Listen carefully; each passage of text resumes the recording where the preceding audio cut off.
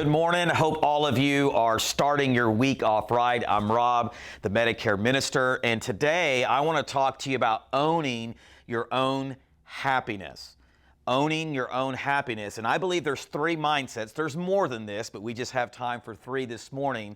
Mindsets, negative mindsets that keep us from really being happy, that keep us from owning our own happiness. Number one is playing the victim card, or what I like to call the woe is me syndrome. In other words, a lot of us choose to let things that have happened to us define who we are today. A lot of us tend to play the victim card and go, well, you don't know what I've been through. And the reality is maybe I don't, but here's a better attitude to adopt. Instead of letting those things define you, instead of letting your circumstances, and listen, I know some of you have probably been through some really serious things, and I'm not discounting that, but here's a better attitude to adopt, and that is, I would rather choose what I become. I'm not going to let those things define me. I'm not going to let a bad season, I'm not going to let what people have done to me define who I ultimately am, but I'm going to make a conscious choice today to be something, to use all of that and make something out of it. See, here's the reality. All the drama, all the complaining, all the whining, and all the blaming isn't going to change anything. And here's the reality as well. It's not going to get you any closer to your dreams or to your goals. Okay? Number two is, not only do we not want to play the victim card, not only do we want to detox from that woe is me syndrome, but we want to stop making excuses why we cannot be happy. Tony Robbins said it this way: we can either make excuses or we can make progress, but we can't make both. Here's a better attitude, a better mindset to adopt, is quit looking for excuses and start finding solutions. Man, that will preach right there, won't it? Let me say that again. Stop looking for excuses and start finding solutions. Get out of the excuseitis mode and start finding solutions, okay? Take responsibility for your life. And can I just be really blunt this morning? Stop the laziness and the complacency. Because laziness and complacency will sabotage your happiness, okay? It will drain you. Number three is quit relying on others to make you happy. I see this all the time as someone who's a minister and someone who's been in ministry for a long time.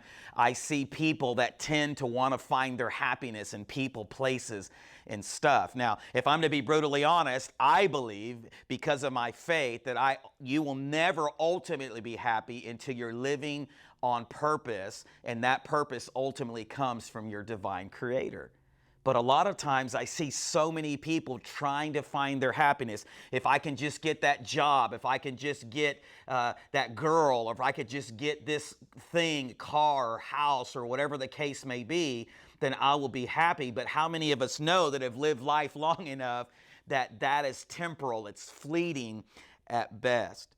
And instead of relying on other people to be happy, we need to understand that it's an inside job. Some of us have given people in our lives too much power.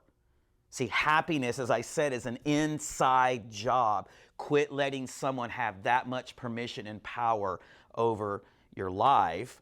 And as I've already said, I don't believe you'll truly be happy until you're living out your divine purpose.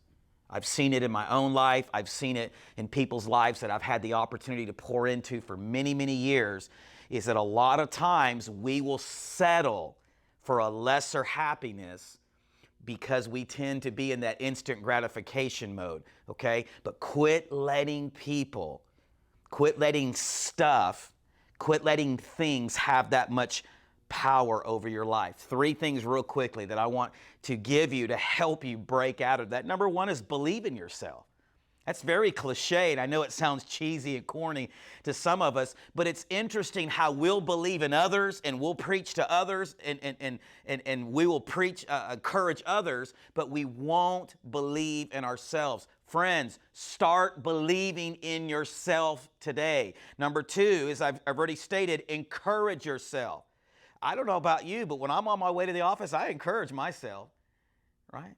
Not only am I singing songs, not only am I getting my worship and praise on, as I like to say, but I'm encouraging myself. I said, today's going to be a good day. You can do it. No matter what you're facing, no matter what you're going through, I believe in Rob. He's going to make today an awesome day. And then number 3 is, here's a big one. Love yourself. How can you be happy if you don't even love yourself? And once again, we'll tend to do this for other people, but we won't stop and truly love ourselves. And so 3 things again: believe in yourself, encourage yourself, and love yourself. And the reality is, once we start taking ownership of our own happiness, we will see things through a totally different lens. Now, I normally end by saying, have a great day, but I'm going to end it differently today. I'm going to say this: go make it an awesome day and be happy.